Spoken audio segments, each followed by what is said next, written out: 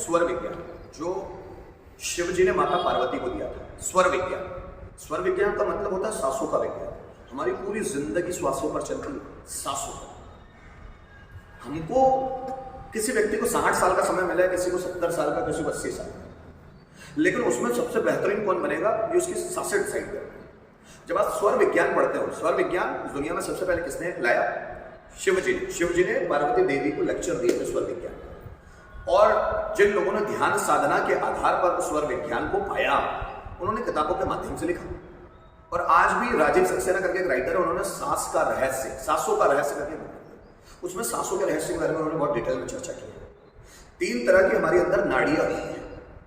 जो ये उल्टे साइड होती है ना, यहाँ इडा नाड़ी होती है, इडा इधर होती है पिंगला, और बीच में होती है सुषुम्ना। 3 तरह की नाड़ियां होती हैं। इन नाड़ियों पर जिसका कंट्रोल हो जाए वो अपनी उम्र को बढ़ा सकता है, वो अपनी उम्र को बढ़ा सकता है। मतलब उसकी उम्र दुगनी हो सकती है, 3 गुनी हो सकती है, 4 गुनी हो सकती है। ये सब सांसों के आधार पर है। सांस जैसी होगी आप वैसे होंगे। हम लोग 1 मिनट में कितनी सांस लेते होंगे आपको पता है? 1 मिनट में कितनी सांसें लेते होंगे? 62, 72 तो हार्ट बीट, तो हार्ट बीट है, सांसें थोड़ी ना। हार्ट हमारा जो बीट होता है ना, हार्ट बीट, वो 72 होता है 1 मिनट के अंदर। लेकिन हम सांसें कितनी लेते हैं 1 मिनट में? हम 1 मिनट के अंदर 13 सांसें लेते हैं। 13 सांसें, इसलिए हम औसत 100 साल जी पाते हैं। अब ये सांसें जितनी बढ़ेगी, जैसे हम कितनी सांसें लेते हैं? 13 सांसें। 28 सांसें कुत्ता लेता है, 28 सांसें कुत्ता लेता है, 32 सांसें बंदर लेता है, 38 सांसें घोड़ा लेता है पर मिनट। नाग सांप होता है ना, 6 सांसें लेता है पर मिनट, उसकी उम्र बढ़ जाती है। जितनी सांसें कम लेगा ना व्यक्ति, उसकी उम्र उतनी बढ़ जाती है, क्योंकि आपको लिमिटेड सांसें दी हुई है इस दुनिया में रहने के लिए।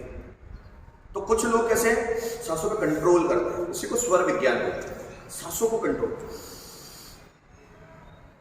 तो सांसें आपके पास लिमिटेड है। आप चाहे तो उसको छोटी सांस लो, आप चाहे तो बड़ी सांस लो।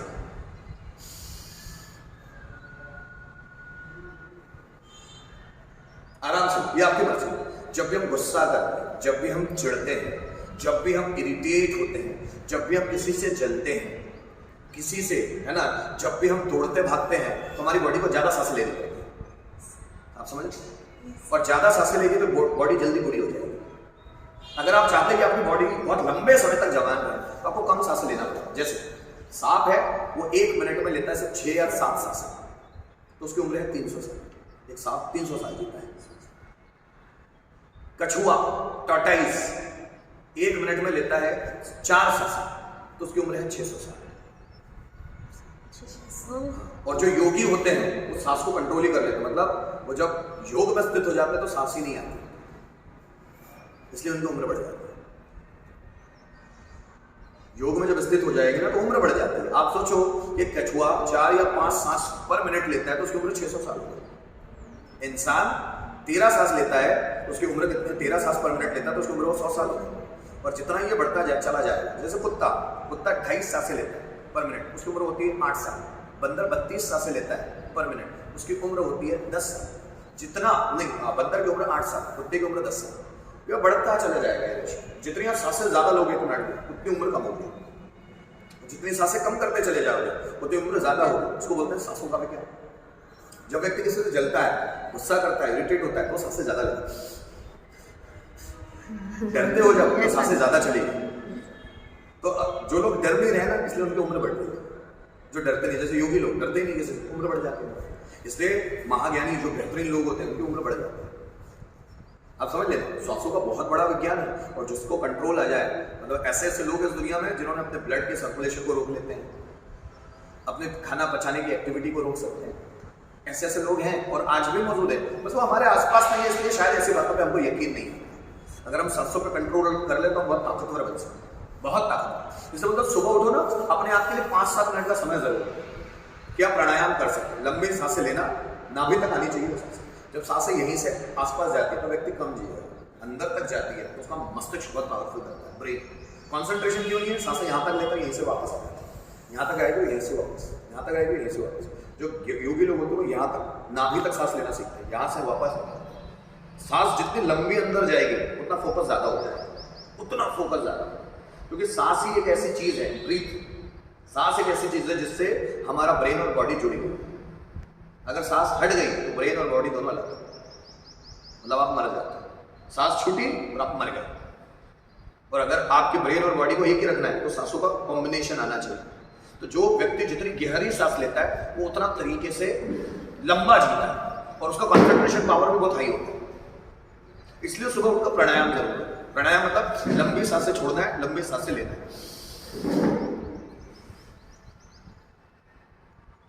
आदत डालना है और उतने फिट हो जाओगे बॉडी में, कहीं जाने की जरूरत नहीं, बॉडी में उतने ज्यादा फिट हो जाओगे। और अनुलोम विलोम,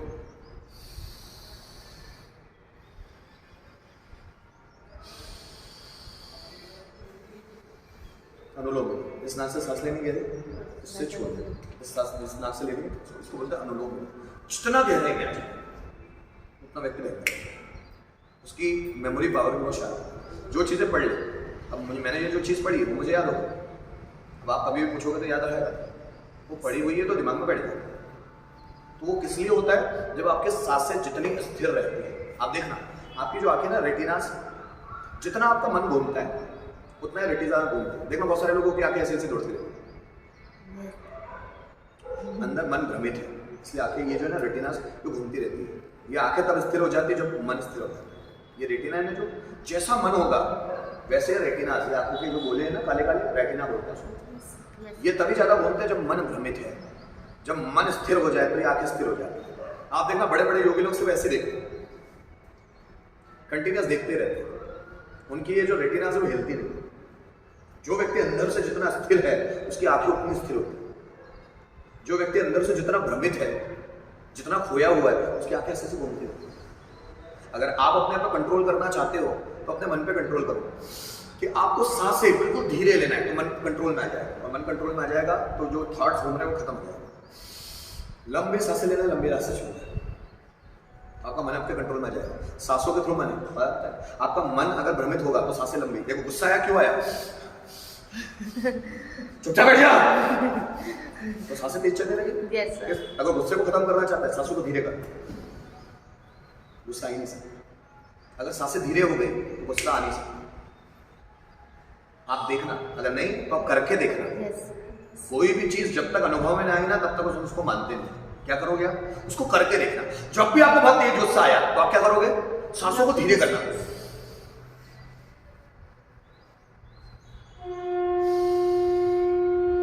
गुस्सा गाया, आप बोले सब मैजिक है। वो मैजिक नहीं, वो सिर्फ स्वर विज्ञान है, जादू जैसी कोई चीज है, सिर्फ स्वर विज्ञान। जब भी गुस्सा आए तो गुस्से का मतलब है आपकी सांसें तेज चलने लगी। गुस्से को खत्म करना है, सांसों को स्लो करना है। नहीं तो देख लो, जब भी आपका मन घूम रहा हो इधर उधर बहुत जगह, पढ़ाई में ध्यान नहीं लग रहा हो, क्योंकि सांसें जितने कंट्रोल में आ जाएगी मन उतना कंट्रोल में आ जाएगा। सांसों से ही मन है।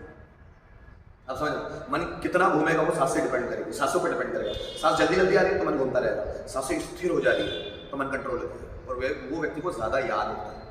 शायद मेरी बातें भी आपको समझ में ना आए, लेकिन अगर इसमें आपने चिंतन मनन किया, उसको प्रैक्टिकली आपने करके देखा तो आपकी मेमोरी शार्प होगी। स्वामी विवेकानंद ध्यान में बहुत लंबा लंबा बैठते थे, ध्यान में बैठते शांत। आप कितना शांत बैठ सकते हो ये आपके मन पर डिपेंड करता है, कितना शांत बैठ सकते हो।